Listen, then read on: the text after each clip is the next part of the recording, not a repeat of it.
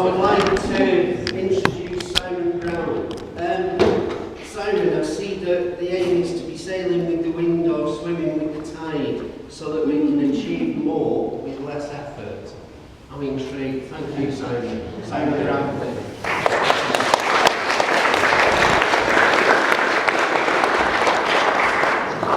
Hello, and I hope you enjoyed your lunch, and I'll do my best to keep you awake because I know this is the dead time, so our blood sugar crashes a little.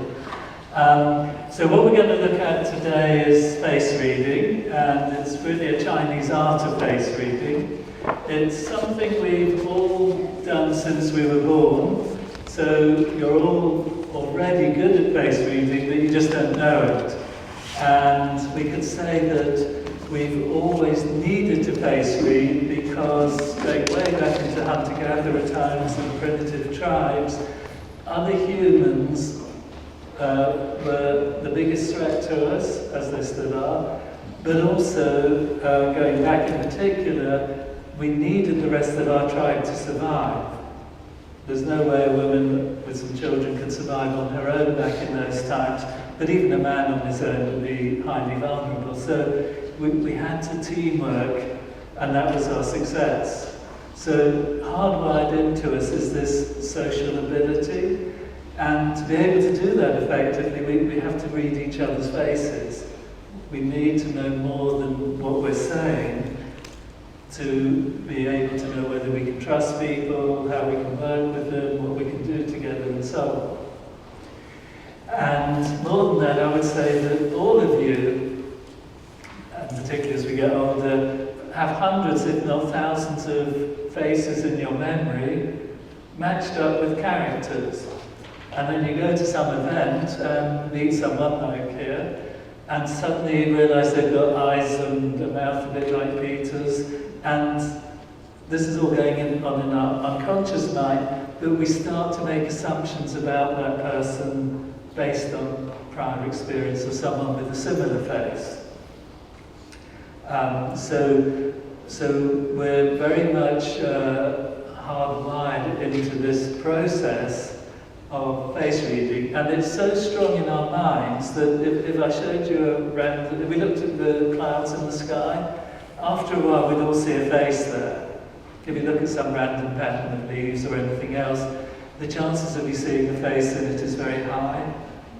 Even if you just look at a garden and shrubs and rocks and stones, suddenly, if you look at it this way, you can just see the nose and there's the mouth, and suddenly you're seeing a face. I don't know if you've ever tried it, but if you take a mask and rotate it, if the nose is on this side, as you come round to the hollow, our mind flips it back out, so it now looks like this. So mentally, in neuroscience, we're very hardwired into faces. We're kind of obsessed with them, we could say. Not only our own, but everyone else's.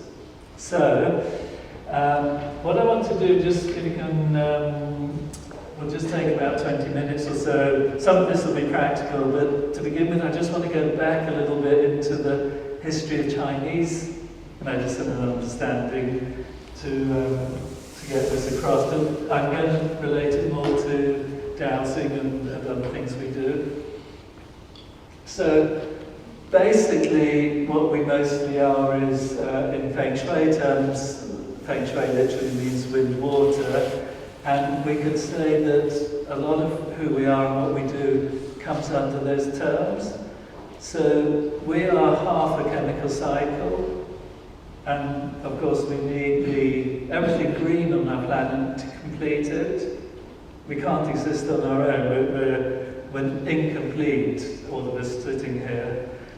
We have to live with the trees and the green things and get oxygen to complete our own cycle. So you could say we're intrinsically linked through the air to everything green. That's the other half of us. But more than that, we could say that we are hugely connected to water. So of course we are 70% water. So from about here downwards, I'm just water. And that water's passing through me. It's not my water, it's just the water of the planet. So if you look around the room, we're basically all big bags of water with some other things thrown in, but to think that we're much more than that is maybe a bit of an assumption.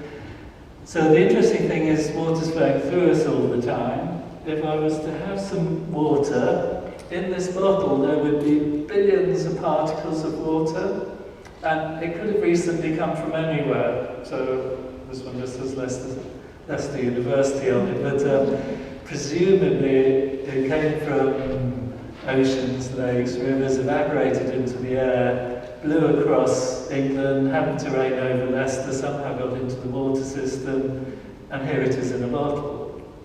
So this bottle of water will represent water from the whole planet. Does that make sense to everyone?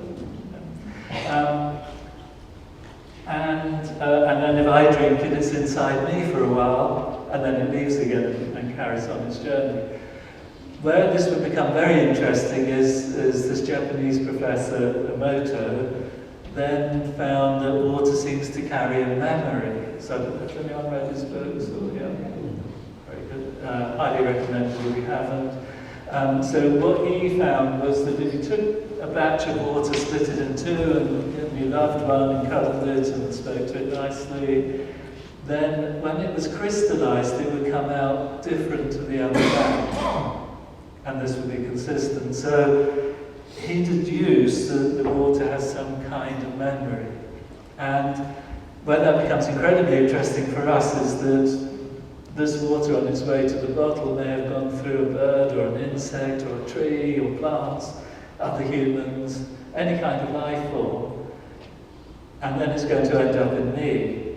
But if it's carrying its memories with it, then those memories will be inside me too.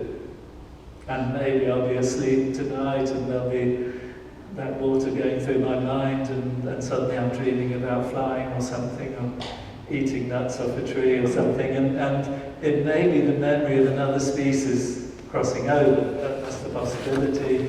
Of course, no evidence or proof behind it, but it's a natural extension of Emoto's work. And one could say that as a water being, a lot of the dowsing that happens is water connecting with water, the water connecting in our body, connecting with water in the ground or around. And again, it's early days, but if all this quantum physics to do with entanglement is true, it's quite possible that there's a water particle inside our body and another water particle entangled in the ground. And because they're connected, if we develop ourselves, can sense that. Does that make sense to everyone? So as science progresses, we do have more and more rational explanations for many things, but including dowsing. So if we then went on to look maybe at the Buddhist view, whilst the water's inside us, it's collecting memories or imprints of our own thinking, behaviour, emotions, and so on. So each of you has got a body of water, and right now it's collecting your own energy or imprints. It's developing its own memories based on who you are and what you're doing and how you're thinking. In the end, that's going to go back into nature, but carrying with it all those imprints from you. So in that sense, when I was a kid, I couldn't really get the hang of the Buddhist idea of just sitting around meditating, and that was meant to be enough. But you could say that through the water there is that physical link, that if we just think and behave and feel in a certain way, that energy literally keeps getting passed back into the planet. There's one more step that's very common in Chinese sort of history, is that we also are very influenced by the sun. So we can see each other because there's photons from the sun reflecting off our skin and clothes. If we're outside in the sun, we would feel it strongly and we'd feel hot. So, and of course if you put your hand over your eyes and look at the sun, you have orange coming through. We know that the photons penetrate our skin by up to a centimetre or two. So we're also full of photons. So far, remember, there's air, water, and photons from the sun.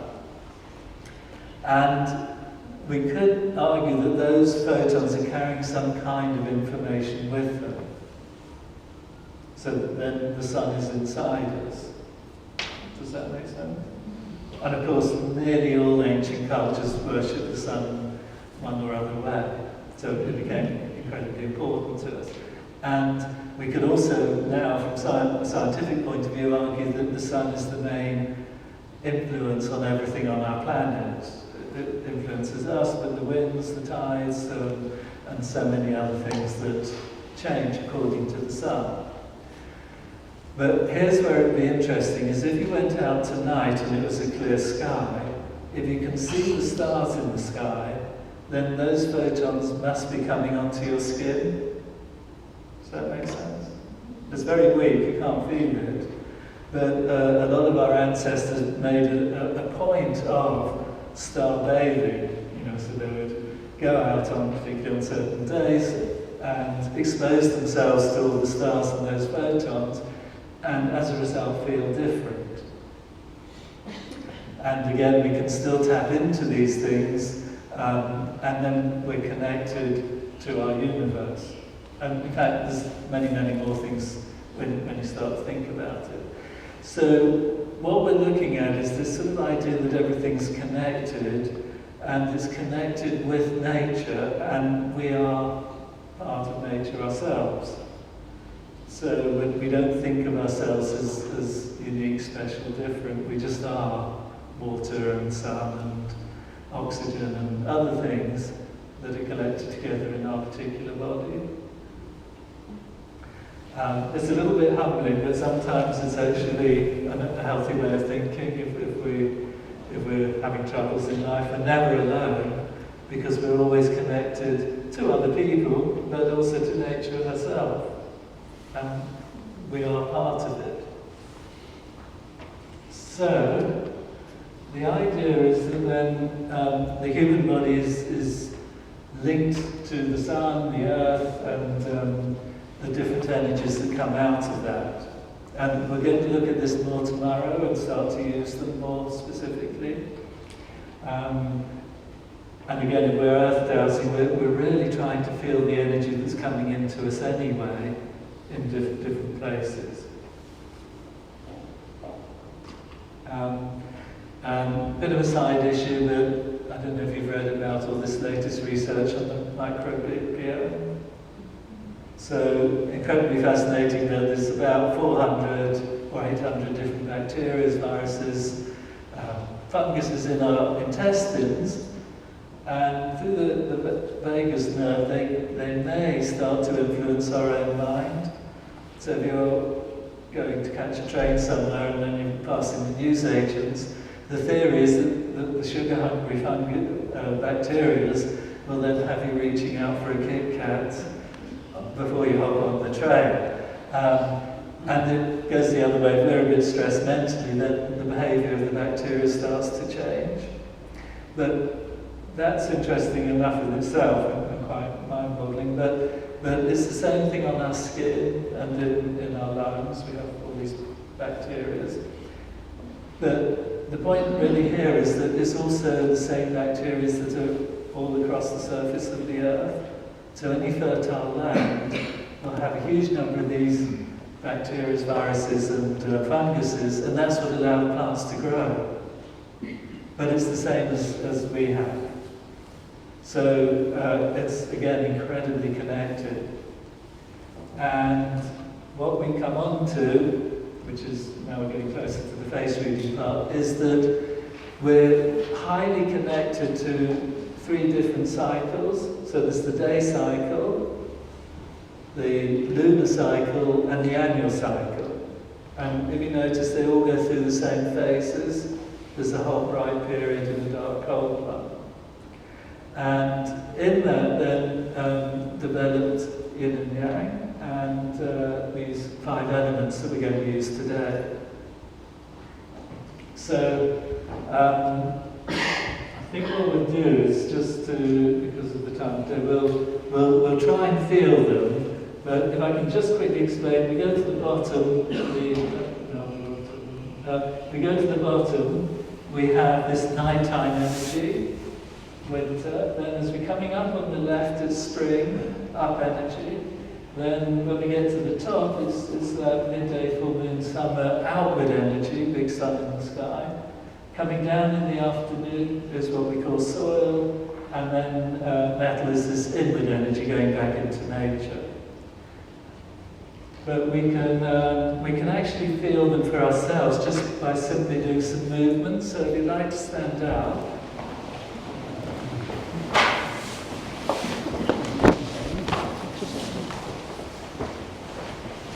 Just stand up for a moment.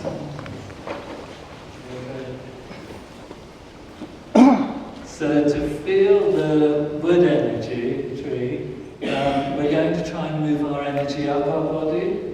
And we'll just start, if you put your hands in the air, come onto your toes, imagine there's some fruit just out of reach, you just need to get a bit taller. You can look up, and then start breathing deeply into the top of your chest. And concentrate on a big in-breath, just relax about the out-breath.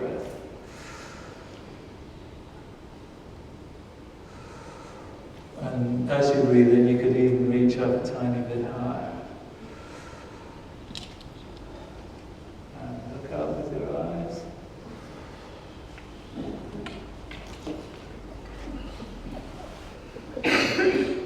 And relax. Now, just concentrate inside. Has your energy changed at all? Are you feeling any different from before? And if so, how? Everyone's different, it doesn't matter, but part of being energy sensitive is to notice these subtle changes in ourselves. So I feel a slightly bit lighter on the top of my head, a bit more energy in my upper chest. I would say those are the main things today. Other days, sometimes it's stronger in my head, or something on my shoulders or upper arm. But I am feeling a bit lighter than a few seconds ago. So next we'll do fire. So we just open your legs a bit, spread your toes on your shoes if you can, and then put your hands out. So you have to have a bit this a bit working out. And big open hands, spread your fingers. Then open your eyes as big as you can. Huge eyes. Open your mouth. Put your hands back, push your chest forward, and then start to breathe in deeply all over, but emphasize your out-breath. Big breath in. You can turn this into more of a roar if you want to be alive. Big breath in. Let's do a couple more. Keep your eyes as open as you can.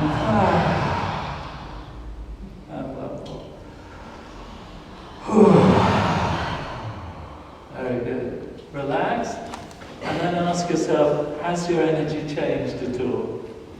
Do you in any way feel different from before? And if so, how? What happened? What changed? You ask yourself.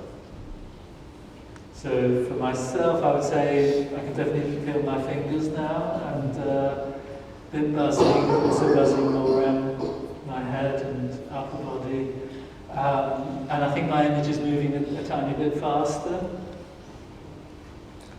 So now we'll go to the next one, which is soil, the afternoon, autumn and late summer energy. So for this one, just have your fingers pointing down, and feet about shoulder width apart. We're going to breathe into our abdomen, low down. Bend your knees a little bit, and then just start to pretend you're squashing grapes or something. You can make it a little bit so that you can really feel it on the bottom of your feet. And just concentrate on the soles of your feet, all those nerve endings. Breathing into your abdomen you onto the floor.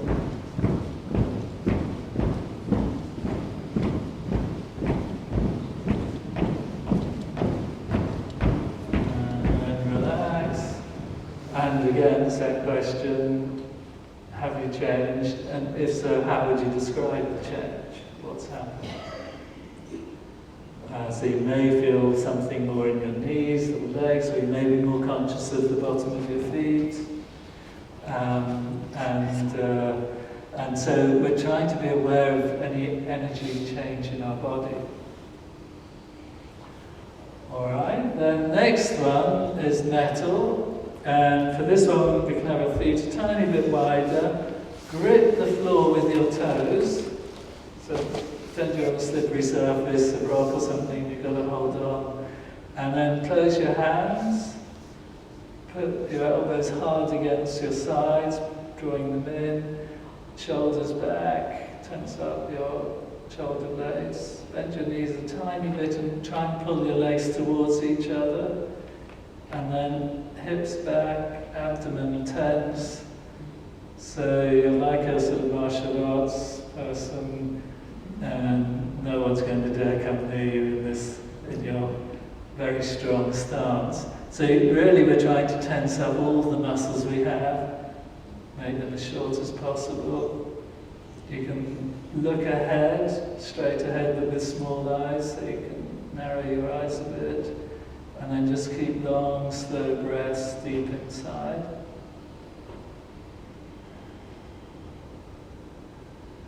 And just, you're a very strong karate master or aikido champion, whatever you want to be, in this very strong body, with incredible inner strength. And relax. So has anything changed? Do we feel different? For me now, my head's actually doesn't have that much energy as before, but I do feel stronger somewhere in here. You know, there's some kind of core that seems to have come to the fore and engaged itself. So it's a bit more inner energy and deeper. And last one is the water, the midnight. This would be the stargazing kind of energy. So for that, just imagine you're a bit like seaweed in the water, so you can put your hands in the air and just start to flow, like a lovely photograph of a little bit of film. You do look like sea vegetables in the river. As we're doing this, see if you can sort of move all the vertebrae in your spine. You could do it in side to side or a twisting. Pretend you're like a fish swimming in the water, and we're trying to get that very supple spine.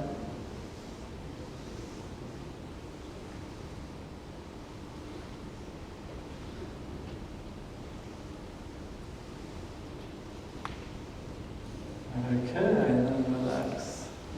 And yet again, let's just check, how do we feel? What's changed? Can we get in touch with these subtle energies inside us and start to describe them? Alright, so have a seat. So these 5 elements or 5 transformations that we use in many subjects from China, then we can experience them as we just have, but you already have loads of experience of them because all you have to do is get up early in the spring, and that is your tree energy, or go out in the summer and sunbathe or hang around with the sun, that's your fire energy. Late summer, go out in the afternoon, enjoy nature, and that would be your soil energy or earth energy. Sunsets, look at the sunset maybe over the sea, that would be the metal energy, particularly at the autumn time. And then finally, the one that we don't do so much is go out at night in nature and look at the stars and the moon and so on, but that would be the water energy. So that for us the water tends to be a bit more mysterious.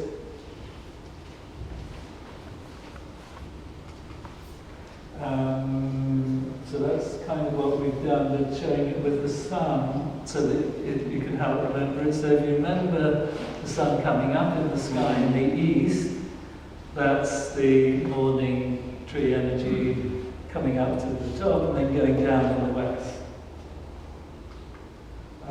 So in healing then we actually apply those to the human body, so that this would be the nighttime energy, this would be the morning springtime energy, this would be the summer midday energy, here would be the soil energy, and this would be the metal energy. So if anyone studied Chinese medicine and wondered why organs had these particular elements, this would explain it. It's very logical and very common sense. It's all come out of fairly primitive understandings of the human body, but they still hold true together.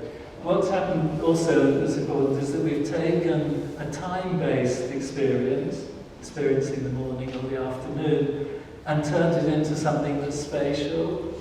So we would say that as the sun rises in the east is the same energy as the rising sun. So if we're applying it to a house or a garden, the east part of your house would have more of this morning rising sun energy, and the west side of the house would have more of this, going inward sunset energy. So we've created what we would call a clock of the daytime, 2 calendars, lunar and seasonal, and a map. So we're combining time and space. And why this is important is the exercises that we can then apply this to faces. So what we're essentially saying is that there's 5 types, and some people have more of a morning spring face, other people have more of a late summer afternoon face, other people have more of this nighttime face, winter face. And then they would have characteristics to go with it. So we'll have a look at what they are, and then I'll get you into groups so we can see what that looks like. But just before we do that, then is everyone all right so far with the idea behind it? Yeah. So we're not just looking at faces; we're looking at the nature behind the face. If that makes sense. So if I can just summarise, we're all connected. We all are nature. We're more than connected. And nature herself then has different seasons, different times of day, different directions, etc. And we're looking to see if we can see them in each other's faces. Does that make sense? Or even bodies, for that matter. And what we have to be careful with is that yin and yang, this is largely based on the 5 elements, are observational. There's no judgment in them. Like, we can't say the spring's good and the summer's bad or anything like that. It doesn't make sense. But one person might prefer one of the seasons, but overall there's no good or bad. Does everyone agree? We need the rain and everything else. So it's the same when we're looking at people. There's no judgment. It's just a descriptive observation. Out of it, there's no good or bad, or right or wrong. So if someone has a very summery face, they just have a summery face. If someone else has a more nighttime face, that's the face and energy that they appear to have. But we don't need to then make it mean anything else. Is everyone okay with that? Because otherwise a more judgmental mind suddenly kick in and try and take over. Alright, so generally speaking, if you remember the wood was the stretching one. So anyone who has a long body and particularly face with a tall forehead is going to have much more wood energy. And that would suggest that they have, because of that energy, certain kinds of characteristics.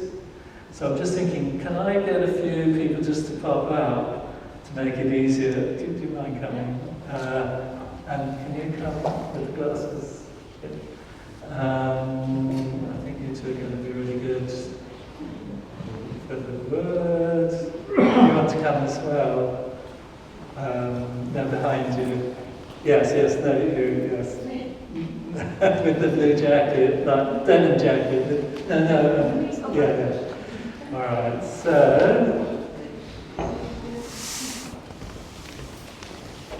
so what you would all have in common is quite long faces and fairly tall foreheads. And then we could say that with Dylan, you're particularly interesting because the top of your ears are very high, up on the head, this up energy, remember? So they're all about level with your eyebrows, which would be high. Most of the time our ears are about level with our eyes. If they're lower down, they're somewhere here. And then the bottom of your ears are about level with the bottom of your nose, whereas they could be as low as the bottom of your mouth. And then longer noses, we could say, is more to do with this tree energy, this vertical up. And eyes a bit closer together would also have that feature. And if the ears are more developed at the top, which yours are, then it's again more of this tree energy. So can you see a similarity there? Now, what does it mean in terms of energy and character? So you tell me if this makes any sense to you at all, if you can relate to any of it. So it would be this morning up springtime energy. So that would suggest that anyone with this energy would be good at starting things, kind of generally have the enthusiasm. So if we were thinking starting a new business together, it would be very exciting in the beginning. We'd probably put a huge amount of energy into getting it started, and it would be a big part of our life because it would be new and fresh and some new beginning. Generally, optimistic, positive disposition as compared to negative or pessimistic. And people who like to generally move forwards in life. It doesn't have to mean that they're ambitious in a negative way, but that something new and interesting has to keep coming along. It could so far be very positive. Is agreeing so far? Yeah. And then the bit maybe on the other side of it, would you, any of you say that you tend to rush things in your enthusiasm? Yeah, okay. So later on we'll see with the other ones they're much more patient and take longer and careful. But these are the ideal people you want whenever you're starting something new, or if you're trying to grow something, you're the natural growers in life. So just like the springtime, put you into any situation, you'll help it flourish and grow. Then what do you do, drop off? Well, so I think when you're young, there's a big temptation that the starting's great, and then if problems start to come in, the most easy thing is just to start something new and drop out of that one.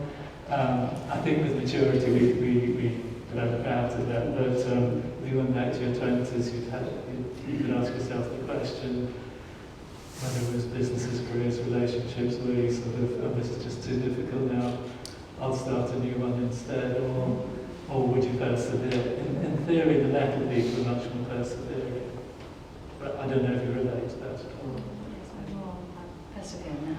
Yeah. Yes, we did have a few different careers when I started. Yeah. And it also suggests that because the energy is coming up into our head, that you'll be very busy thinkers. Yes.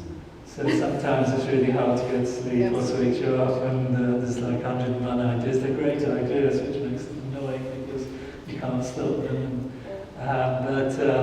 But maybe sometimes it's just too much. I can see. But I'm a busy thinker. Yeah. No, that's nice. It's good. It's a good asset to have. Okay, well, thanks a lot. Thank you. That's good.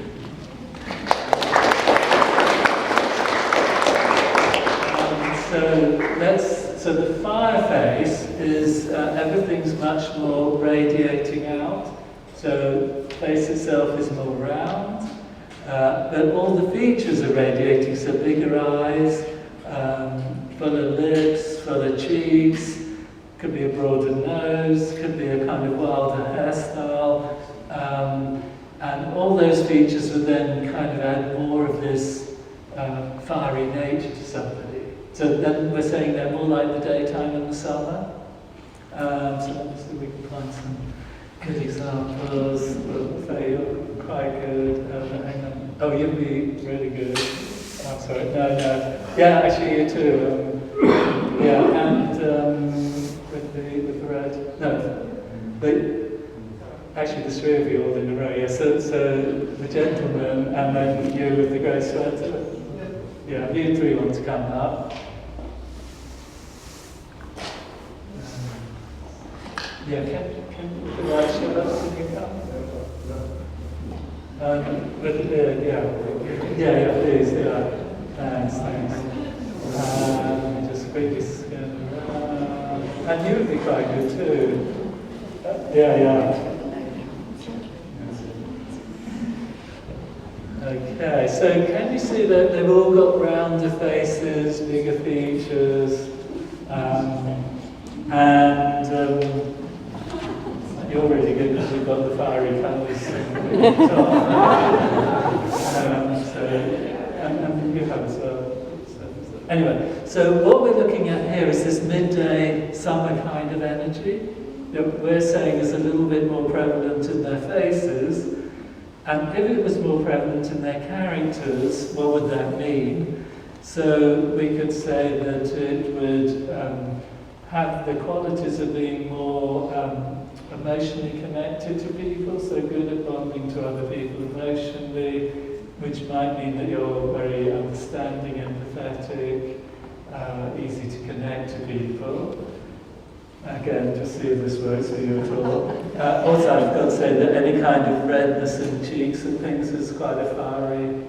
So usually a good sense of humour and enjoy laughing and comedy and all those things. A lot of comedians actually have a very fiery face in nature, if you think about it. And then we could also say that you would be, people are quite spontaneous, and particularly, I mean, you have to go back to when you're young, it's easier to be spontaneous, and enjoy that excitement of life where anything can happen any time. Again, easier when you're young. And it would suggest that your strength would be in kind of expression, which could take all kinds of forms, but it could be any creative pursuit, but also anything to do with sales, talking to people, all those kinds of things. And you would think that you would be a bit more on the extrovert side than the introvert. So would any of those relate to you? Yeah. Okay. All right. So on the other side, we could say that if there's too much happening at once, you say yes to too many things. Life can get a bit stressful. So we sometimes think of fire as an energy, of being the energy of stress. So it's okay to say no in this theory, and not to fill up the whole day. If that makes sense. I think we all need, doesn't matter about the face really, but everyone needs some moments of absolute nothingness. These days, even in my world, where you think people would be more meditative and mindful, people seem to boast about how full their diary is and how they're booked up till next year or something, which to me seems to be the opposite of what we're all trying to do. It's somehow to try and do less, but to be more efficient with that less and get good results. Anyway, so those would be huge strengths and should keep you going in many interesting ways through life. Thanks a lot. Thank you. Thank you.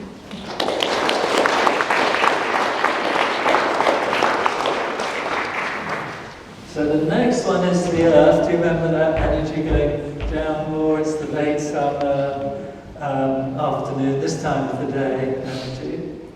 And what we're looking at is more of a good foundation to the face and the jawline. And then ears would be lower down, eyebrows would be coming down more. ears would be quite long at the bottom, but generally low on the head. And it would suggest someone who's kind of strong and practical. So we're looking for more that kind of appearance. Richard, could you fill in on this one? And let's see, who else do we have? Let me just check, because some people are really easy examples. Sometimes if someone's a mixture of all of them, it's very hard to make any distinctions at all. Actually, Faye, maybe you could come for this one. Yeah, why don't you come to it? So because I'm not doing the exercise with my jet lag is... No, right, no, don't worry. Okay, so these would be kind of feet on the ground connected to the earth people, and that would suggest that they're very practical. They like philosophical discussions, but there has to be some point to it in the end, that something has to actually happen. So oftentimes they're the people who actually get things done. So we could say that the wood is the stimulus, the fire is the activity and drama, but in the end, someone has to have their feet on the ground to do it, which is where you guys have come in.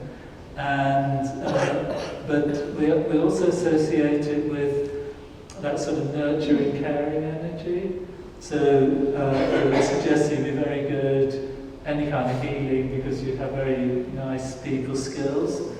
Or it could be anything to do with teaching because you'd also have the skills required for sort of bringing someone along. So it's very much that kind of Mother Earth sense. And compared to the tree people, you would be much more patient. So spend a bit longer, get it right. So we could say they're very interested in the quality of life. So in a relationship or a job, you kind of, the quality of it's really important. And trying to get that right, you're very good at putting the effort and time in.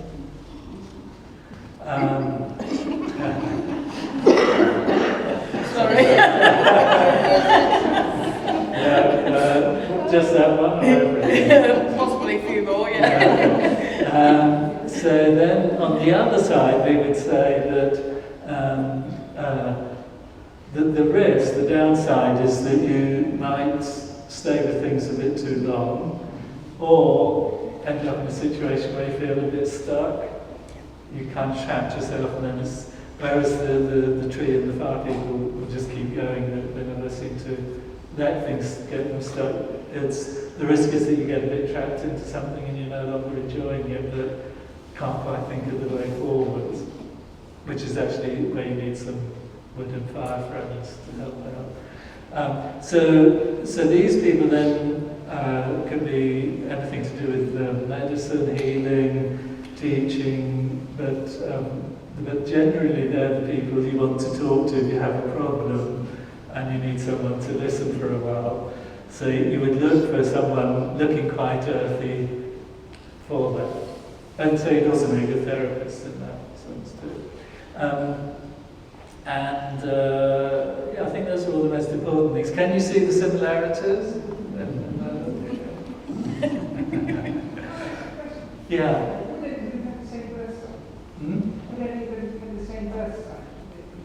No, it doesn't seem to work like that, interestingly, because in Feng Shui we have a lot of astrology, but they don't always match up.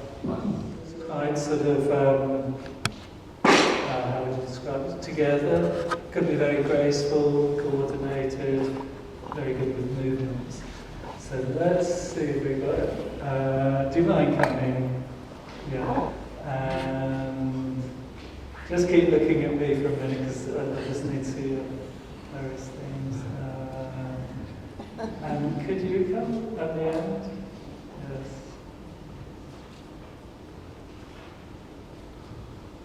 Nice to get a man as well. Can you come next to Chris? Yeah, please.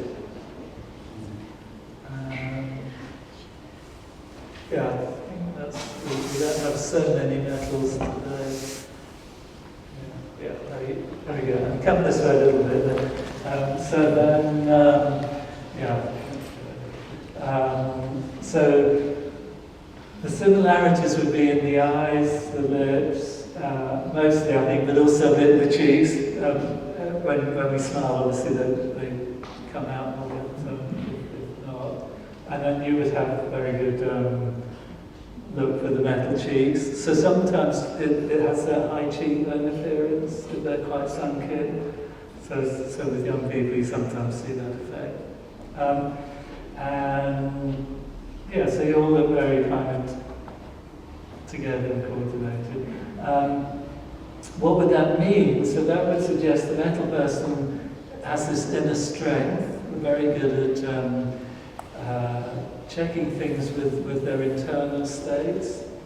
And so we did an exercise and I was wondering how you describe the change. You would all be, in theory, quite good at sensing that and describing it. And incredible perseverance, so you can be really good with meditation, mindfulness, but even just taking on big challenges in life and getting through. So these are kind of like the rocks of nature, and they're very, they also have this kind of inner listening, reflective quality. So also make very good listeners, therapists, can be very good healers, all those kinds of qualities where they're taking in information and absorbing things. And what else would that suggest? It would suggest that you don't rush things, and you could be perfectionists, and sometimes strongly so that you have to keep a handle on. Generally they make very good leaders, because in a crisis they're the people who remain calm, work out the solution and just apply it. So the fire people will be a bit more dramatic, the tree people might come up with too many solutions, and the earthy people could be sort of more taking care of everyone, how you're feeling, but you would actually solve the problem, is the theory. So, do you relate to that? I do. Yeah, okay, great. Thanks a lot.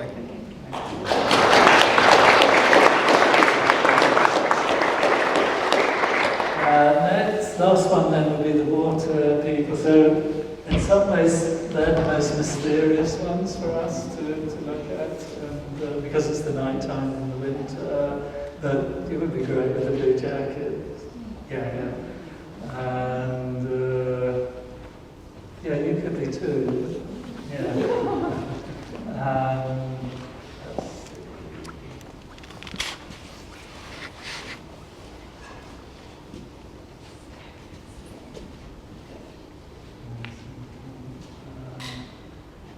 Maybe.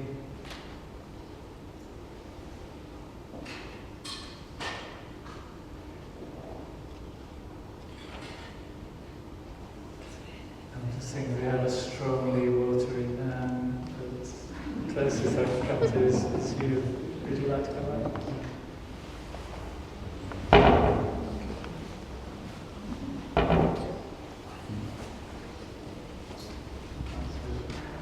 So then, what we're looking for is to begin with a depth in the eye. So people who learn to have deeper eyes. And secondly, we're looking for a fairly kind of fluid face, so something that's easily changeable, but also quite a strong chin is good. And what I didn't quite get, but you have it, is we call this the philtrum, these two lines that go from our nose to upper lip. And then people who have a very curvy upper lip have a stronger philtrum. So you have more of that. Generally, we would say your ears are brilliant because they're all that kidney bean shape, which we associate with water too. And yours have a nice strong lobe, which again, what's your... Yeah, okay. So you two probably have the most representative ears. So So if you think about it, this is the stargazing nighttime energy. And when we, like now, we can only see as far as the clouds, or if the clouds aren't there, we can see as far as the sun, but nothing else. And in the daytime, everything's more immediate and close to us. So if we did have a problem, it feels very real and big now. Tonight, if you went out and it was a clear sky and you could see the whole universe, that big problem suddenly shrunk right down to almost nothing.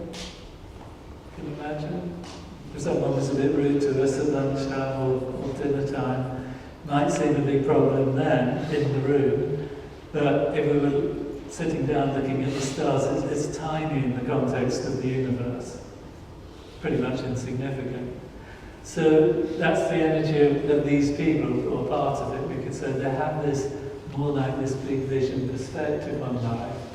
So very useful if you want to try and get a different perspective on life and change the way we look at things. And so they tend to be spiritual whilst being objective at the same time, if that makes sense. So they have a nice big viewpoint, and they're very helpful if you are struggling a bit, getting another perspective on life that might then get you through that bit. In addition to that, this sort of nighttime water element is good for being flexible. Should mean that you're okay with rich and poor people, educated, uneducated. You know, you can adjust yourself quite well to fit in with other people, and enjoy a lot of depth in things. So if you're doing dowsing, you want to really get to the bottom of it and study it right, you know, into every detail. I guess what we have to be careful of is to be accepting of people who don't do that, because it's easy to think they're being more superficial, but everyone's different. So then, I think those were the main characteristics. But generally kind of peaceful, calm people to be around. So less likely to suddenly get upset or fall off the handle or make a drama out of something. Would you relate to any of those? I'm quite annoyed how few dowsers douse their food at the conference. Oh, right. So I do like people to take it seriously. Yes, so there you go. Great, thanks a lot.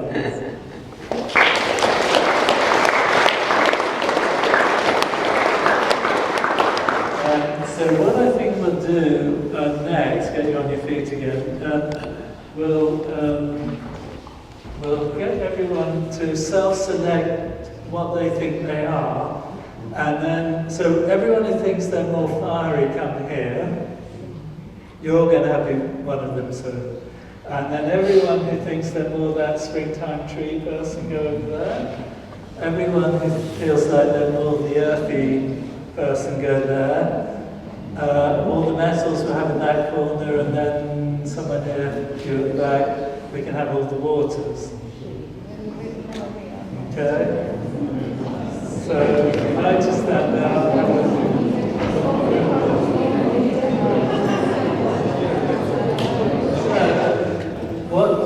To summarize, what we're saying is that humans are nature, and in the humans we can see, let's say, the seasons or the different times of day, and use that as a kind of energetic reference for what kind of person they might be.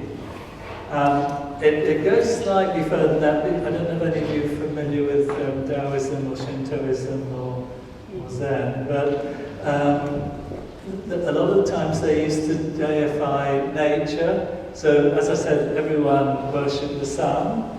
Then, very common to worship the earth.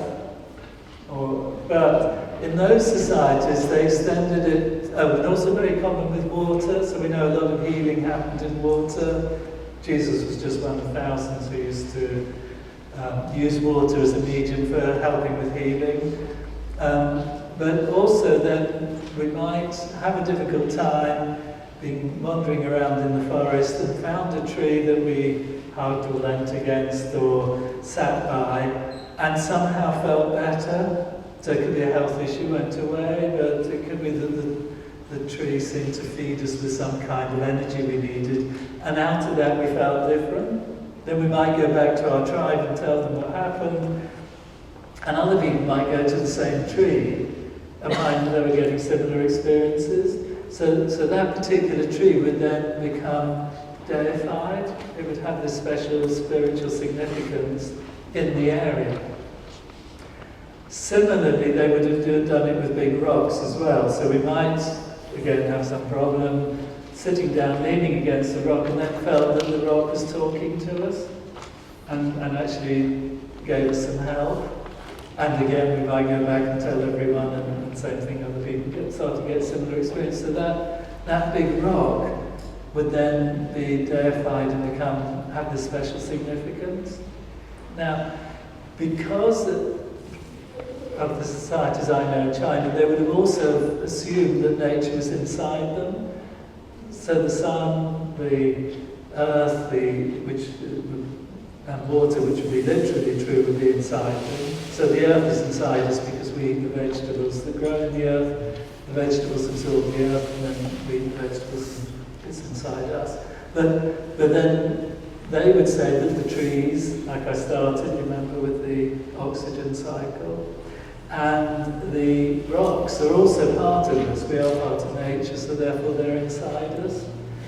So it would be very normal to them that in one person the tree has sort of become more dominant, and in another person the rock is more dominant, or another person the water is more dominant, or whatever. And what we're trying to do is recognize that. So, good thing with you guys is that you're very observant of nature and nature's energies, and then you're just transferring that into people. It's the same basis, but then you're looking to see nature in the person, in both time and space. And that's basically what we're doing, building upon. So in the two workshops tomorrow, we're going to go into much more detail on that, and we'll start to actually feel the energy of people's thoughts. Sounds really wonderful that everyone manages. It's actually much easier than you think. And we'll start to look at some of the body energy systems and see how we can use that and sense it and work with it. So before we finish, any questions? Is everyone all right? Everyone feel like they've got a sort of a beginning of the exploration of face reading? Yeah? Yeah. We've got different character traits and faces. What about types of people, types of faces? For instance, criminals, do they have a similar character? So it's all, in Europe it was called physiognomy, and in the 1800s a lot of attention went into this, taking the skulls of criminals and seeing whether there was some kind of unifying look. It went into quite a dark place, and then that was the end of the whole thing. By the end of the early 1900s, people gave up on it. But it's interesting if you look at writers before that time, and it ended, like even Shakespeare spends quite a lot of time writing in that, describing the faces of people and what that meant. Dickens did a bit, but then Sherlock Holmes did it more in those books. But yeah, so it used to be, I think, a bigger part of European history, but the criminology part kind of ruined it a bit. Because it became very judgmental and no one really wants to go there with it. Yeah. Everyone else right? Okay, so great. So thank you very much. It's been fun talking to you, and wishing you a good tea break, and I'll see some of you tomorrow. Thanks a lot.